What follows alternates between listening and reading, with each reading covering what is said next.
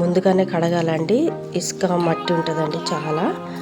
దీన్ని బాగా శుభ్రంగా ముందే కడిగి చిన్న చిన్న సన్నగా కట్ చేసి పెట్టుకోవాలి. సన్నగా కట్ చేసుకోవాలి. ఒక 5 పచ్చిమిర్చి, 5 టమాటాలు, 2 ఉల్లిపాయలు చిన్న చిన్న ముక్కలు కట్ చేసి పెట్టుకోండి. చూసారా అంత శుభ్రంగా ముందే కడిగి మట్టి ఇసుకలను కడుక్కున్న తర్వాత ఈ విధంగా సన్నగా కట్ చేసుకోవాలండి. చిరుకూర స్టవ్ మీద ప్యాన్ పెట్టుకోండి. గంటతోని ఆయిల్ పోస్తున్నానండి. 2 గంటలు పోస్తున్నాను ఆయిల్ హీట్ ఎక్కినాక తాలింపు వేసుకున్నాను.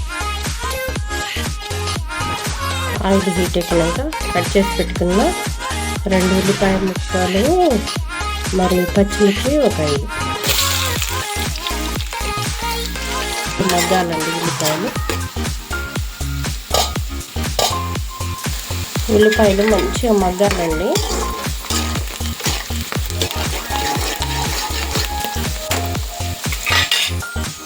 ఉల్లిపాయలు మంచిగా మగ్గినాయండి. 1/2 స్పూను అల్లం పేస్ట్ వేస్తున్నానండి. అల్లం వెల్లుల్లి పేస్ట్ కొద్దిగా వేసుకొని ఈ విధంగా కలుపుకోవాలండి. ఈ విధంగా ఆకుకూర మొత్తం వేసుకోవాలి. వేసుకొని కలుపుకోండి.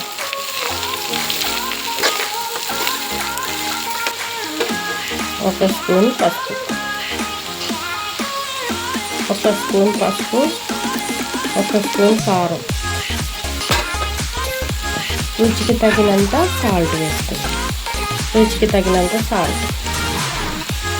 వేసుకొని ఇప్పుడు కలుపుకోండి.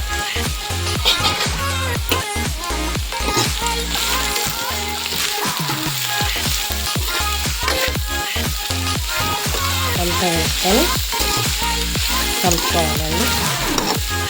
మొత్తం కలిపే విధంగా కలుపుకోవాలి. ఇప్పుడు కట్ చేసి పెట్టుకుని టమాటా ముక్కలు వేసుకున్నాం.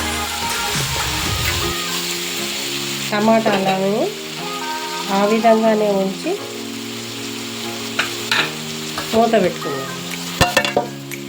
ఇలానే ఉంచి మూత సగం మగ్గిన తర్వాత మూత తీసి టమాటాలు మొత్తం కలుపుకోవాలి.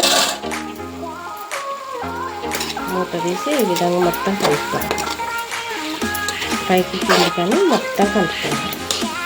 మూత పెట్టి ఉడికించుకున్నాం. ఈ విధంగా ఉడికించుకున్నాం. టమాటా ఉడకడం కోసం ఒక చిన్న గ్లాస్ వాటర్ పోస్తున్నానండి. ఈ గ్లాస్ వాటర్ పోసాను, చిన్న గ్లాస్ వాటరు. ఎందుకంటే టమాటాలు మంచిగా ఉడకాలి కదండి, అందుకని కొద్దిగా వాటర్ పోసాను. వాటర్ పోసి మీడియం ఫ్లేమ్లో ఉడికించుకోవాలి.